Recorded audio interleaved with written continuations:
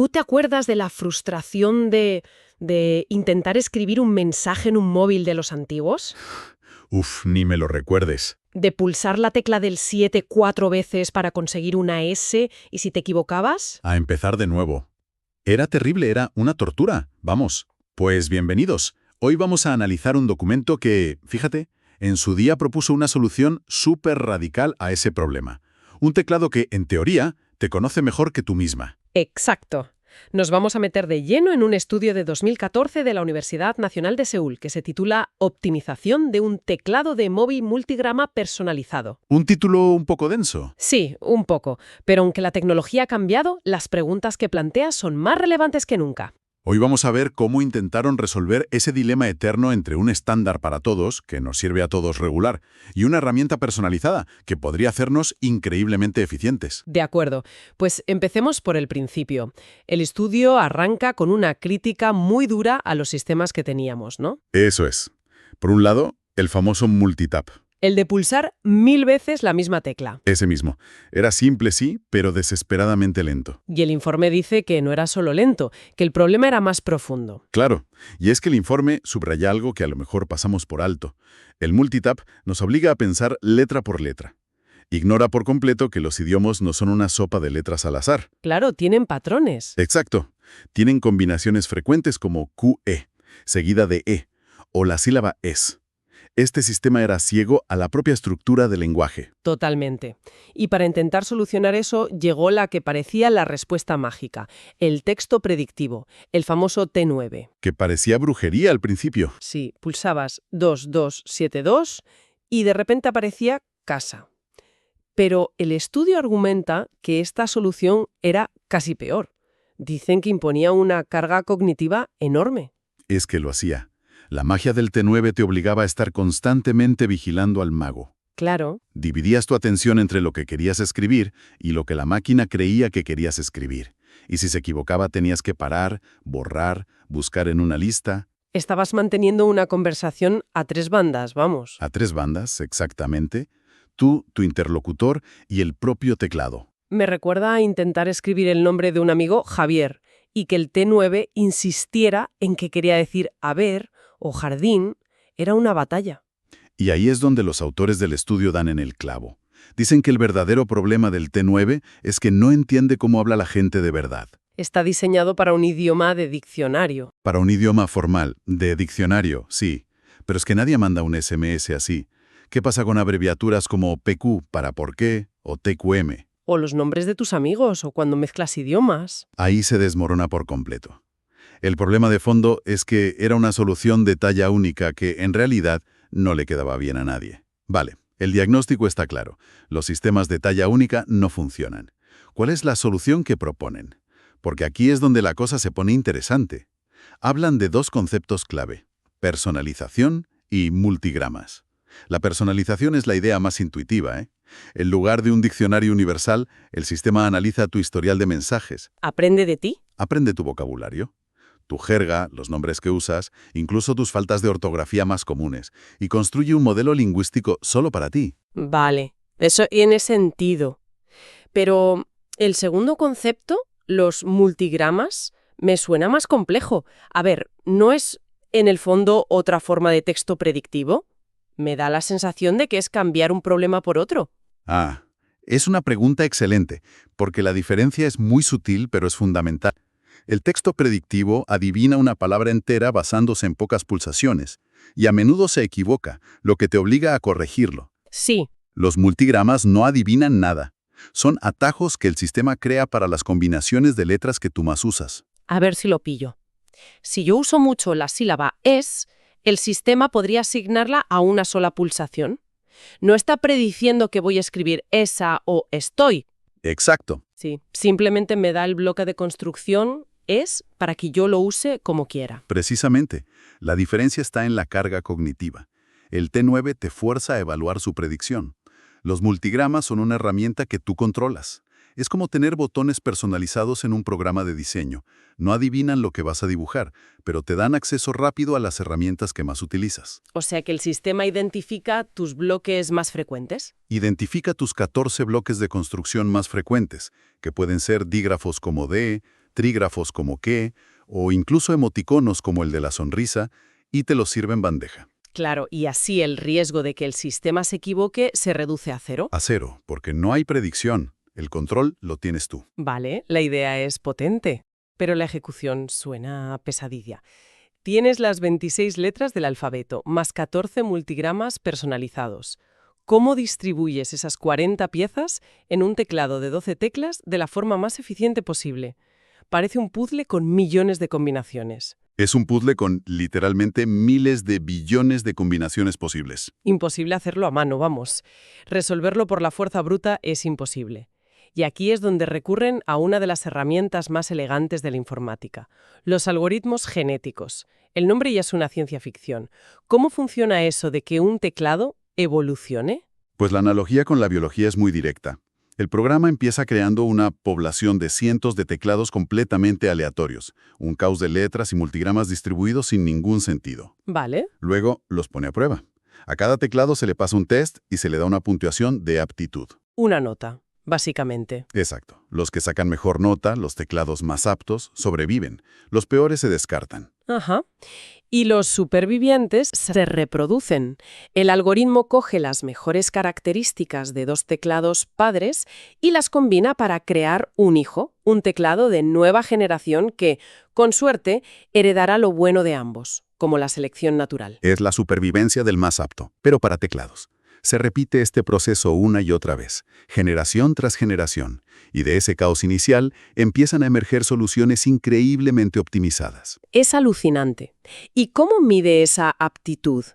¿Qué hace que un teclado sea mejor que otro a ojos del algoritmo? ¿Solo la velocidad? No, y eso es lo clave. La función de aptitud, que es la fórmula que calcula esa nota, es un equilibrio muy delicado de tres factores. A ver, El primero, obviamente, es minimizar el número de pulsaciones. Es el objetivo principal. lógico. El segundo es muy sutil. Evitar el uso consecutivo de la misma tecla. Si la C y la A están en la misma tecla, para escribir K, tienes que pulsar, esperar un instante y volver a pulsar. Esa pausa. Esa pausa es tiempo perdido, así que el algoritmo penaliza esos diseños. Y el tercero está pensado para la escritura con 2 pulgares. Evitar el uso consecutivo de la misma mano, ¿Y por qué es tan importante alternar los pulgares? porque es mucho más rápido. Mientras un pulgar está pulsando una tecla, el otro ya se está moviendo para posicionarse sobre la siguiente. Es como un pianista usando las 2 manos.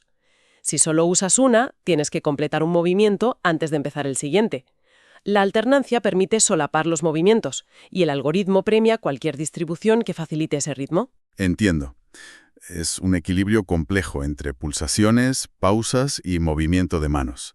Y antes has dicho que primero tienen que elegir los multigramas. Correcto. El proceso es tan sofisticado que son 2 algoritmos genéticos trabajando en serie. El primero analiza tu historial, identifica 50 multigramas candidatos, y su única misión es seleccionar los 14 campeones. ¿Los mejores de los mejores? Exacto. Y una vez tiene a esos 14 elegidos, entra en juego el segundo algoritmo, mucho más grande, cuya única misión es encontrar la distribución perfecta de esos 14 multigramas y las 26 letras en el teclado, siguiendo esos 3 criterios de aptitud. La teoría es impecable, pero me sigue sonando algo que funciona genial en un ordenador, pero que se estrella en el mundo real. ¿Lo probaron? ¿Funciona de verdad? Lo probaron de 2 maneras. Primero, con un análisis computacional.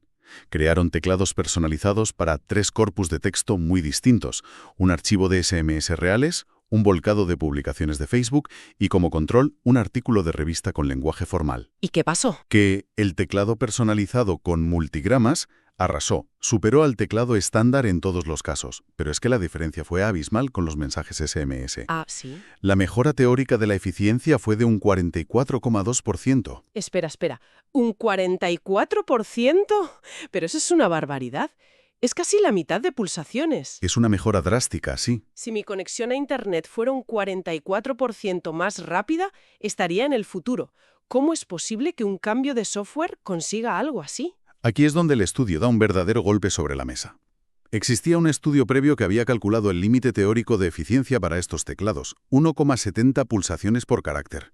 Una especie de barrera insuperable, ¿no? Se consideraba una especie de velocidad de la luz de la escritura en teclados numéricos, algo que no se podía superar. ¿Y lo superaron? ¿Cómo es eso posible? Es como hacer trampas. Exacto. Es como encontrar un atajo en las leyes de la física. La trampa es que esa ley se escribió asumiendo una premisa fundamental. Una pulsación genera como máximo una letra. Ah, Pero los multigramas reescriben esa regla. Con ellos, una pulsación ya no es una letra. Puede ser una sílaba entera, 2 o 3 caracteres. Al cambiar la regla más básica del juego, el límite de 1,70 dejó de tener sentido. Lo pulverizaron, bajando hasta 1,54 pulsaciones por carácter. vale. Los números en la simulación son impresionantes, rompiendo barreras teóricas y todo. Pero, sinceramente, a mí me cuesta creerlo.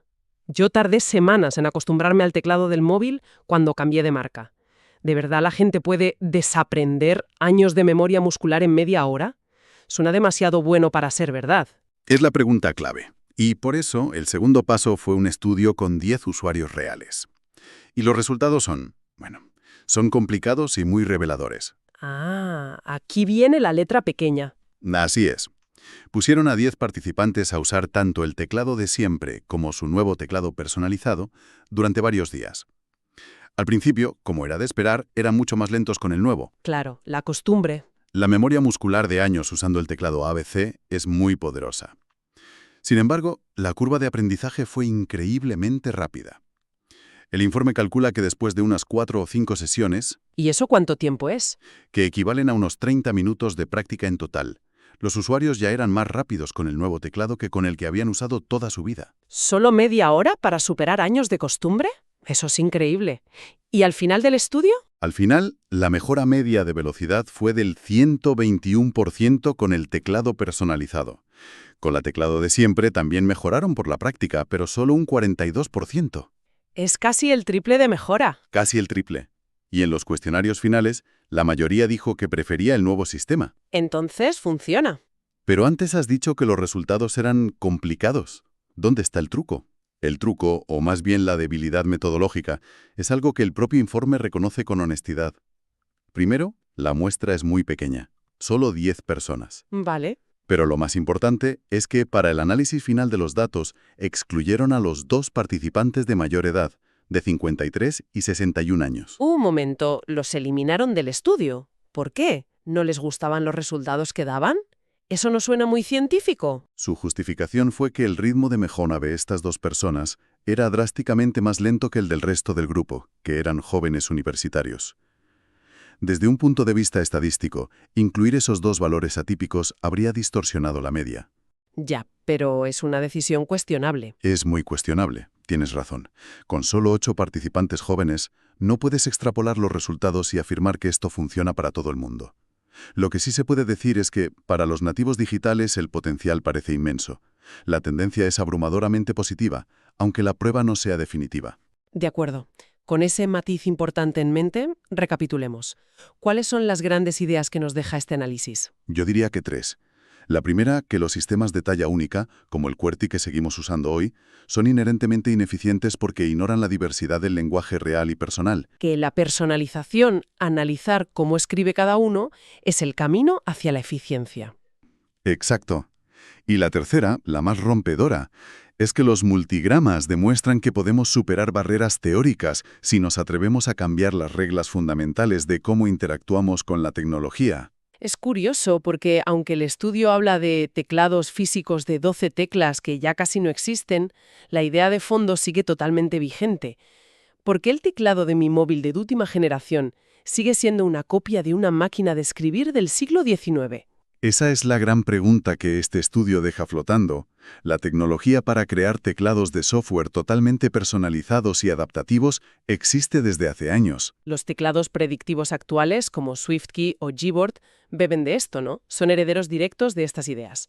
Analizan lo que escribes para sugerirte la siguiente palabra.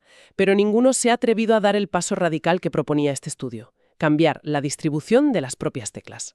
Y eso nos lleva al obstáculo final, que no es tecnológico, sino humano: la inercia, la pereza. Exacto. ¿Estamos dispuestos a invertir, aunque solo sea media hora, en desaprender algo que conocemos para ser mucho más rápidos para siempre? ¿O en el mundo de la gratificación instantánea, siempre gana la comodidad de lo familiar? El estudio, de hecho, plantea una última duda muy interesante al respecto. ¿Qué pasa si tu lenguaje cambia? ¿Claro? Empiezas un nuevo trabajo, te mudas a otro país y tu jerga cambia. ¿Tendrías que generar un nuevo teclado y volver a pasar por esa curva de aprendizaje cada pocos años? Es un dilema sin respuesta fácil. El informe se centra en la velocidad, pero hay una última idea que mencionan casi de pasada y que me ha dejado pensando. Hablan de seguridad. Sí, es una línea casi escondida al final, pero abre una puerta fascinante. Sugieren que, al ser tan único el patrón de escritura de una persona en su teclado personalizado, podría servir como una forma de identificación biométrica. O sea que si mi teclado, con mis multigramas para fin de, cerveza y el nombre de mi perro, es único en el mundo, el cómo escribo podría convertirse en mi contraseña. Exactamente. Piensa en ello. Una contraseña que no es algo que sabes, como una clave, ni algo que tienes, como un token. Es algo que eres. La cadencia de mis pulgares. La cadencia de tus pulgares, la distribución de teclas que te resulta natural, los atajos que has internalizado. Una contraseña imposible de robar porque está integrada en tu propia memoria muscular. Eso sí que es para darle unas cuantas vueltas. Gracias por habernos acompañado en este análisis.